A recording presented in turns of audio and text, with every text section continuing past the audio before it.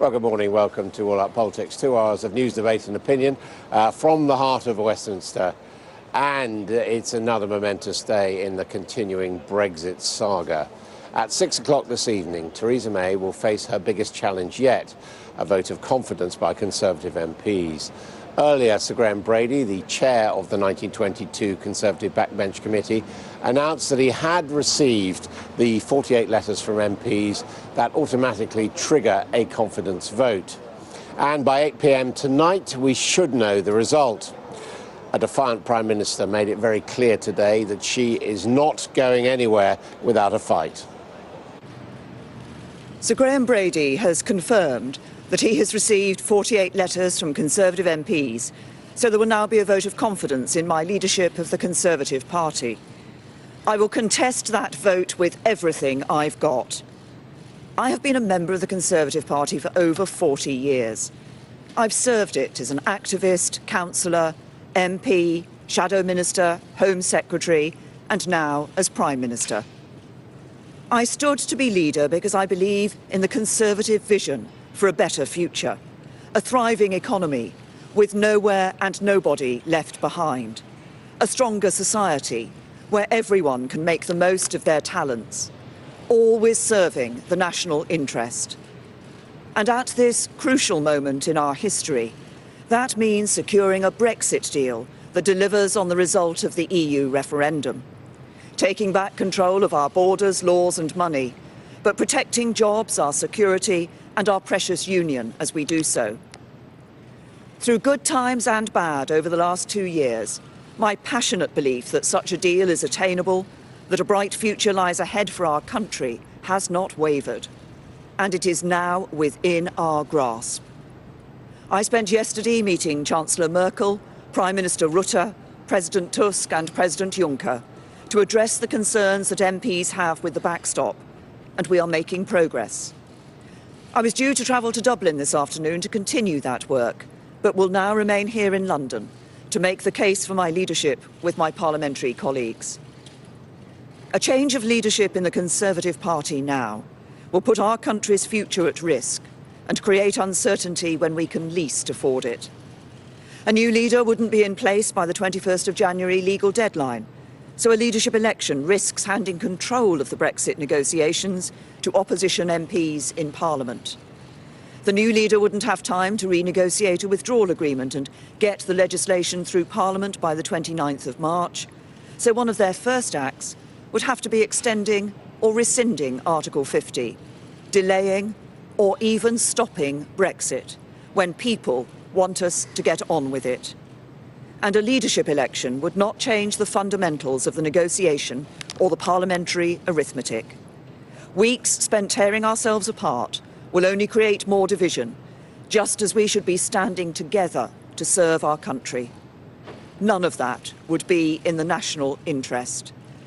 The only people whose interests would be served are Jeremy Corbyn and John McDonnell. The British people want us to get on with it, and they want us to focus on the other vital issues that matter to them too. Building a stronger economy, delivering first-class public services and the homes that families need. These are the public's priorities, and they must be the Conservative Party's priorities too. We must and we shall deliver on the referendum vote and seize the opportunities that lie ahead. But the Conservatives must not be a single-issue party.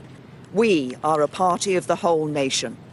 Moderate, pragmatic, mainstream, committed to reuniting our country and building a country that works for everyone. The agenda I set out in my first speech outside this front door. Delivering the Brexit people voted for. Building a country that works for everyone. I have devoted myself unsparingly to these tasks ever since I became Prime Minister, and I stand ready to finish the job. Well, let's get an update now from our political editor, Faisal Islam, who is outside number 10. Faisal. Yep, Cabinet has been cancelled for the second time this week. They were due to meet to discuss Theresa May's sojourn around Europe, trying to get some sort of changes to the withdrawal agreement. Not going to happen today. PMQ still going ahead in a couple of hours, as you'd expect. You have number 10. I mean, I wouldn't say that they're confident, but we have been just a new feature in these types of secret ballots are nonetheless that you have social media. So we're counting the number of MPs and cabinet ministers professing loyalty to the Prime Minister, saying that they would vote in her favour. And we think so far and we're still counting, there's at least 50-60 Tory MPs who have already said that they're going to vote for the PM. That would be against at least 48 who anonymously and some publicly have obviously clearly signed the letter that led to Graham Brady starting this process. Where it goes from now is that they will vote between 6 and 8. We expect to get a result at 9. The expectation would be that I think from here is that the Prime Minister would have the numbers, but you can't be sure, and no one makes predictions in British politics right now. But I think what would be interesting secondarily would be how many people vote against her leadership. If that gets up